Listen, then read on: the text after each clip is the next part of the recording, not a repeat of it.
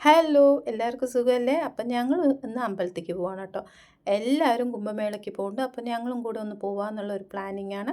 അപ്പം നമ്മുടെ അടുത്തുള്ള മഞ്ഞപ്ര NSS കരയോഗത്ത് നിന്ന് പോകണമെന്ന് പറഞ്ഞു. അപ്പം ഞങ്ങൾ 4 പേരും, ഞാൻ, അച്ഛൻ, അമ്മ, കുട്ടു പോയിട്ടുണ്ടായിരുന്നു. അപ്പം ഞങ്ങൾ രാവിലെ നേരത്തെ ഇറങ്ങിയത് കൊണ്ട് ഒരു 8 മണിക്ക് മുമ്പ് തന്നെ ഞങ്ങൾ ചെർപ്പുളശ്ശേരി അയ്യപ്പൻ ക്ഷേത്രത്തിൽ എത്തിയിട്ടുണ്ടായിരുന്നു. അപ്പോൾ അവിടെ പോയി തൊഴുതതിന് ശേഷം ഞങ്ങൾ ബ്രേക്ക്ഫാസ്റ്റ് കഴിക്കാനുള്ള പ്ലാനിങ് ആയിരുന്നു. ഞങ്ങൾ കൊണ്ടുപോയ ഗൈഡ് അതുപോലെ നല്ല രീതിക്കായിരുന്നു കേട്ടോ ഞങ്ങളുടെ കൂടെ നിന്നതും. അപ്പോൾ ഞങ്ങൾക്ക് എല്ലാം ടൈമിങ്ങിനായിരുന്നു എല്ലാ കാര്യങ്ങളും നടന്നിട്ടുണ്ടായിരുന്നത്. എവിടെയും ബുദ്ധിമുട്ടുകളോ ഒന്നും എവിടെയും ആർക്കും ഉണ്ടായിരുന്നില്ല. എല്ലാ പ്രായക്കാരായിരുന്നു. പക്ഷെ ഒരു കുഴപ്പവും ഉണ്ടായിരുന്നില്ല കേട്ടോ. അടുത്ത അമ്പലമായിട്ട് ഞങ്ങൾ നാവാമുകുന്ദ തിരുനാവായ അമ്പലത്തിലോട്ട് പോയിട്ടുണ്ടായിരുന്നു. നമ്മുടെ കുംഭമേള എപ്പോഴും പോലെയല്ല കേട്ടോ, ഇപ്പോൾ നല്ല തിരക്കാണ്.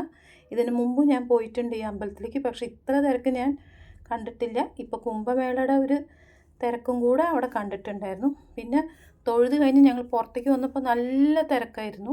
അത് പിന്നെ ഭക്ഷണം കഴിക്കാനായിട്ട് ഒരു സൈഡിലുണ്ടായിരുന്നു. ഞങ്ങൾ പിന്നെ കഴിച്ചിട്ട് ഇറങ്ങിയത് കൊണ്ട് ഞങ്ങൾ പിന്നെ അതിനൊന്നും നിന്നില്ല.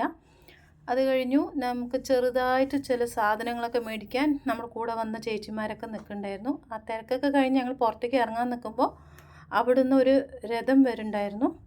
അപ്പോൾ ഞങ്ങൾക്കൊന്ന് സൈഡിൽ മാറി നിന്നിട്ട് അതൊക്കെ നന്നായി കണ്ട് ആസ്വദിച്ച് നമ്മളിങ്ങനെ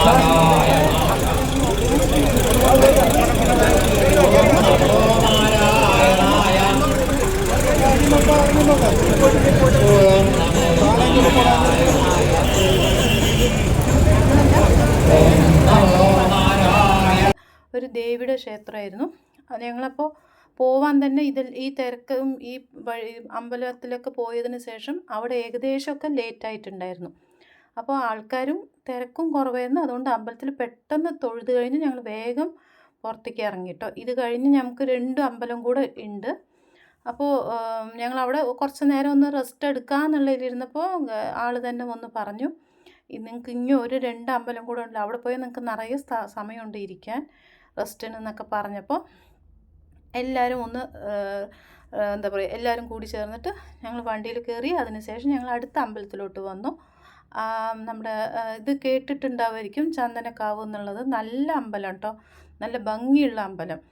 ചുറ്റും മറ്റേ ഫുൾ വെയിലൊന്നും അറിയുന്നില്ല, ഫുൾ മരങ്ങളൊക്കെ ആയിട്ട്. നമ്മൾ പാമ്പുമേക്കാവ് കണ്ടിട്ടുണ്ടാവും, ആ ഒരു ഇതിലുണ്ടായിരുന്നു. പിന്നെ നമ്മുടെ കൂടെ വന്ന ചേച്ചിമാരും അമ്മ എല്ലാവരും അവർക്കൊരു നാരായണീയം വായിക്കണം എന്നൊരു ആഗ്രഹം ഉണ്ടായിരുന്നു. അപ്പോൾ ഒന്ന് അവിടെ കുറച്ച് നേരം നിന്ന് ഒരു ഇത് വായിച്ചിട്ടുണ്ടായിരുന്നു. അപ്പോൾ നമ്മൾ ആ സമയം നമ്മളൊന്ന് സൈഡിൽ ഫ്രീ അവർ ഒന്ന് വായിക്കുന്നവർക്ക് ഞങ്ങളങ്ങനെ അവിടെ കാത്തിരിക്കുകയായിരുന്നു കേട്ടോ. അപ്പം ഞങ്ങളുടെ ആ തൊഴുകലും കഴിഞ്ഞു, അവരെ വായനയൊക്കെ കഴിഞ്ഞതിന് ശേഷം നമുക്ക് താഴെ 2-3 ദൈവങ്ങളെയും കൂടെ വെച്ചിട്ടുണ്ട്. അപ്പോൾ അവിടേക്ക് ഒന്ന് തൊഴുകാൻ വേണ്ടിയിട്ട് പോയി. ഇവിടുന്ന് തന്നെ നടന്നു പോകേണ്ട ദൂരേ ഉള്ളൂ. മേൽപ്പത്തൂർ സമാധി ഇത് നടക്കാനുള്ള ദൂരേ ഉള്ളൂ. പക്ഷെ ഞങ്ങൾ വണ്ടി നടക്കാനുള്ള ആരോഗ്യം ആർക്കും ഇല്ല. ഒന്നാമത്തത് കല്ല് ഭയങ്കര ഉണ്ടായിരുന്നു, ചെരുപ്പിട്ട് നടക്കാൻ പറ്റാത്തത് കൊണ്ട് വണ്ടി സൗകര്യത്തിൽ വേറൊരു റൂട്ടുണ്ട് പറഞ്ഞു. അപ്പോൾ നമ്മൾ ആ വഴി കൂടെ വരുമായിരുന്നു. അപ്പോൾ അവിടെ എത്തിയതിന് ശേഷം അവിടെ കുറച്ച് നേരം നേരത്തെ ആൾ പറഞ്ഞ പോലെ റെസ്റ്റ് എടുക്കാൻ നമുക്ക് സമയമുണ്ടായിരുന്നു. ഞങ്ങളുടെ അവിടെ തൊഴുകലൊക്കെ കഴിഞ്ഞു. അപ്പോൾ അവിടെ കുറച്ച് നേരം റെസ്റ്റ് എടുത്തതിന് ശേഷം ഇനി ഞങ്ങൾക്ക് ഫുഡ് കഴിക്കലാണ് ഉച്ചയ്ക്ക്, ഇനി അടുത്ത പരിപാടി. അപ്പോൾ ഫുഡൊക്കെ കഴിച്ച് കഴിഞ്ഞു. ഞങ്ങൾ കാടാമ്പുഴ പോയി. കാടാമ്പുഴയിൽ നമ്മൾ ഫസ്റ്റായിരുന്നു പോയിട്ടുണ്ടായിരുന്നത്. നമ്മളെ കഴിഞ്ഞിട്ടായിരുന്നു ബാക്കി ക്യൂ ഒക്കെ ഉണ്ടായിരുന്നത്. ഞങ്ങളായിരുന്നു ഫസ്റ്റ് ക്യൂവിലുണ്ടായിരുന്നത്. അപ്പോൾ വേഗം ഷടപടേന്നായിരുന്നു തൊഴുകലൊക്കെ. പെട്ടെന്ന് കഴിഞ്ഞു. അപ്പോൾ 2:30-2:30 പോയി നിന്നു. 3:40 ആകുമ്പോഴേക്കും, 3:30 തുറന്നത്, 3:45 ആകുമ്പോഴേക്കൊക്കെ ഞങ്ങൾ തൊഴുകലും കഴിഞ്ഞ് ഞങ്ങൾ പുറത്ത് വന്നു. ഒരു ചായ കുടിയൊക്കെ കഴിഞ്ഞു. ചായ കുടിച്ചതിന് ശേഷം ഇനി ഞങ്ങൾക്ക് വേറെ എല്ലാ അമ്പലം കവർ ചെയ്ത് കഴിഞ്ഞു.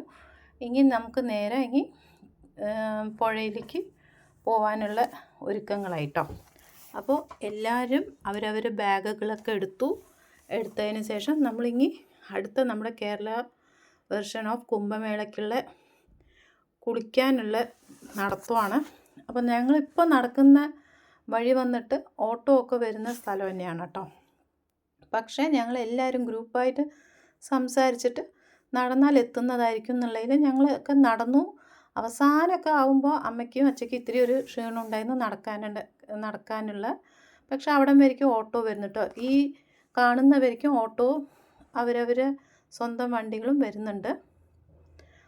അപ്പോൾ നമ്മൾ വന്നത് വലിയ ട്രാവലർ ആയതുകൊണ്ട് ഇവിടെ നിർത്താൻ പറ്റില്ല കേട്ടോ. അപ്പോൾ അത് കഴിഞ്ഞു. ഇവിടുന്ന് ഈ കാണുന്ന ഈ സ്ഥലം മുതൽ നമുക്ക് നടക്കാൻ മാത്രമേ ഓപ്ഷനുള്ളൂ. ഈ മണൽ കൂടെ നടന്നെത്തണം. നടന്ന് നമ്മൾ ആ പുഴയുടെ അടുത്ത് എത്തണം. അതാണ് ഇനി അടുത്ത ടാസ്ക്. നമ്മൾ വിചാരിച്ചതിനേയും കാട്ടിലും നടക്കാനുണ്ടായിരുന്നു.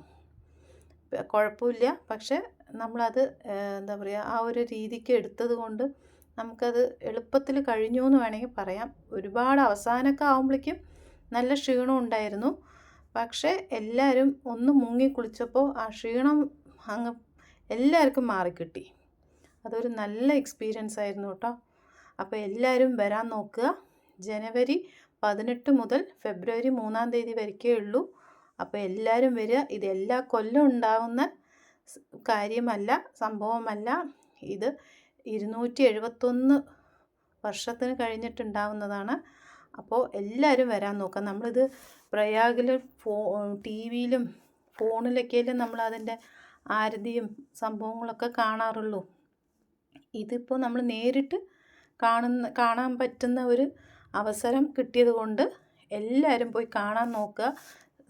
അതിനുള്ള സമയം എടുക്കുക. അപ്പം ഞങ്ങളുടെ കുളിയും എല്ലാവരും വന്നവർ ലേഡീസ് ഫസ്റ്റ് പോയി കുളിച്ചു. അതിനുശേഷം ജെൻസും പോയി കുളിച്ചു. അതിൻ്റെ അടുത്ത് തന്നെ നമുക്ക് ഡ്രസ്സ് മാറാനുള്ള സൗകര്യങ്ങളൊക്കെ ഉണ്ട് കേട്ടോ. അപ്പം നമ്മൾ അതൊക്കെ കഴിഞ്ഞതിന് ശേഷം നമ്മൾ നമ്മുടെ സ്ഥലത്തിലോട്ട് എത്തി. അടിപൊളിയായിരുന്നു, പറയാൻ പറ്റില്ല.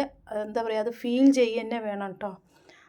ശംഖുനാദത്തിൻ്റെ ആ ഒരു ഇതും, പിന്നെ അവർ ഗംഗാ പൂജ അങ്ങനെയുള്ള ഒന്നൊന്നും ഇങ്ങനെ ഓരോരോ ആരതി പൂജ, പിന്നെ മന്ത്രം ജപം, ദീപാലങ്കാരം, അതൊക്കെ നല്ല രസമായിരുന്നു. ഒന്നൊന്നും ഓരോരോ സ്റ്റെപ്പായിട്ട് അവർ ചെയ്യുന്നത് നല്ല ഭംഗിയായിരുന്നു.